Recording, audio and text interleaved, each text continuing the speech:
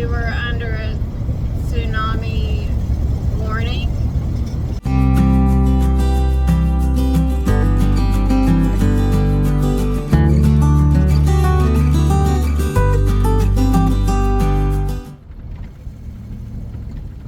As we continued south on US 101, the world continued its negotiation between the light and the dark. The rugged ancient forests blanketed the road on either side, but every so often it would give way to the brilliant, sparkling chaos of the Pacific Ocean. It was like watching two completely different worlds trying to exist in the same space.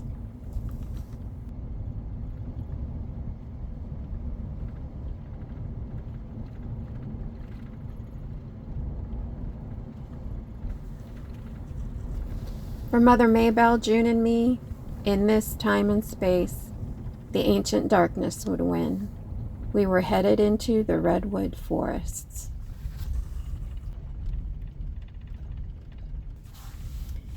This is Howland Hill Road, in the heart of the Redwood Forest, and it's part of Jedediah Smith Redwood State Park.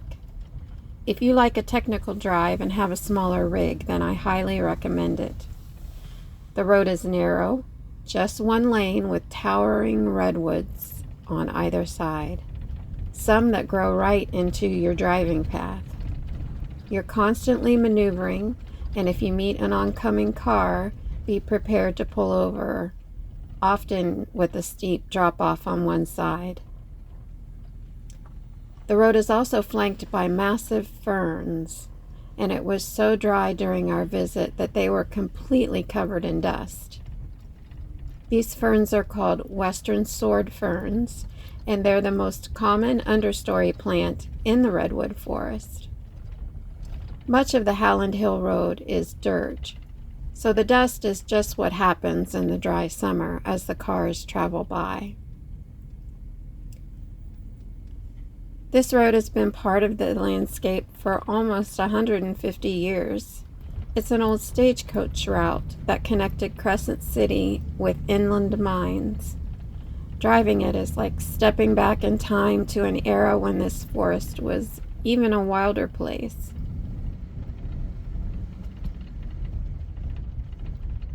But don't assume this is still a quiet back road. In 2023, park officials estimated that over 600 vehicles a day navigate this narrow path during peak season. The parking pull-offs are small, and cars spill out along either side of popular trailheads. Even with these kinds of numbers, we humans are dwarfed in the face of the redwoods.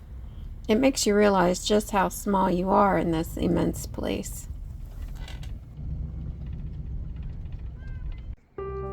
There are some places that are just too big for words. The best way to experience them is to just be present, to listen, and to feel. I'm going to give you a few moments to let the forest do the talking, and let's take it in together.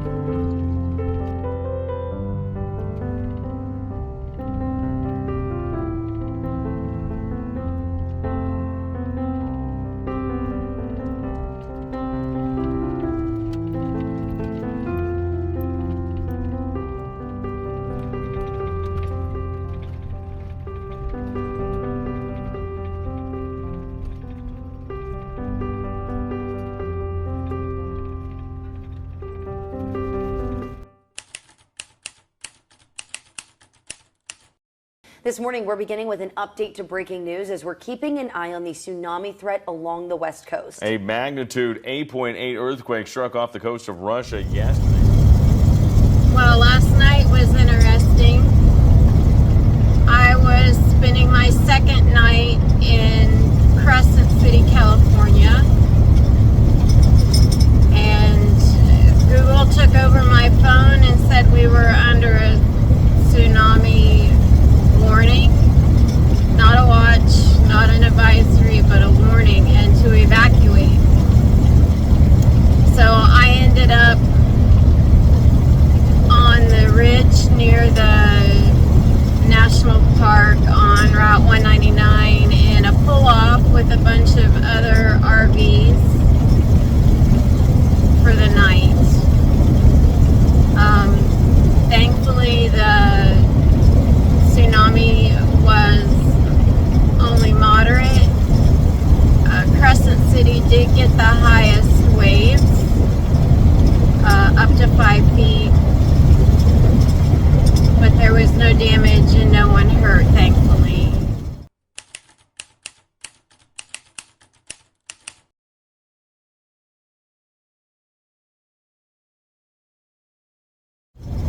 It was a national news story, so you've probably heard it was caused by an 8.8 earthquake off the coast of Russia. So that was interesting. I wasn't sure whether to go off my route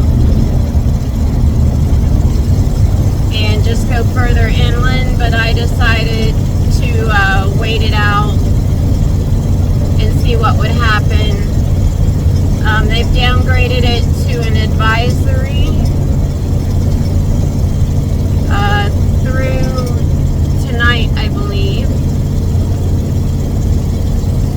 and we're just to stay away from the beach area itself. So I've decided that I'm going to go ahead and go see some more of the Redwood National Forest because it's not in the danger zone, and will continue on my way. I did come back down into Crescent City to work today.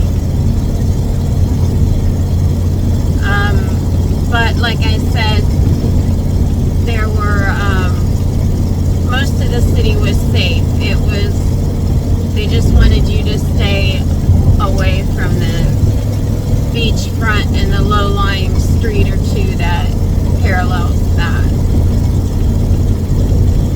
So that was interesting. The tsunami advisory actually did affect the Redwoods, and some of the places I had intended to visit were closed. I had really wanted to hike Fern Canyon and stop at the closest visitor center. Did you know that parts of Jurassic Park were filmed at Fern Canyon? But with both of those closed, I decided to go to the highly recommended Stout Memorial Grove instead. Detours can lead to the best discoveries. Stout Memorial Grove protects a stand of colossal old-growth trees, many of them over 300 feet tall and around 2,000 years old. Being able to walk among them is a magical experience. Only 5% of these ancient forests remain. The rest are lost to logging. I found the story behind the grove very interesting. It was donated in 1929 by a woman named Clara Stout in memory of her husband, a lumber baron named Frank Stout. When I read that, I had a chuckle and assumed the donation was a way for her to make up for all the logging he'd done. But I should know better than to make assumptions.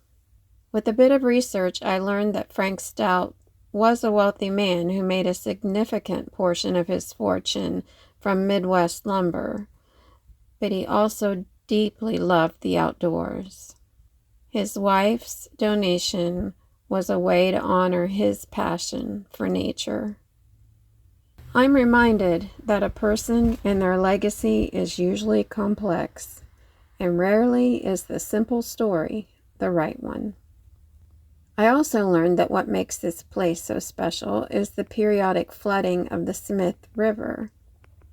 The floods deposit nutrient-rich soil which keep a lot of the undergrowth from growing, making the colossal redwoods the main attraction. I wonder how many tsunamis and outright catastrophes these millennia-old trees have endured. And yet, they stand here creating such beauty and peace. What a powerful example of finding a way to not only survive, but be vibrantly alive, even when the world around them is in chaos. Look how big the clover is.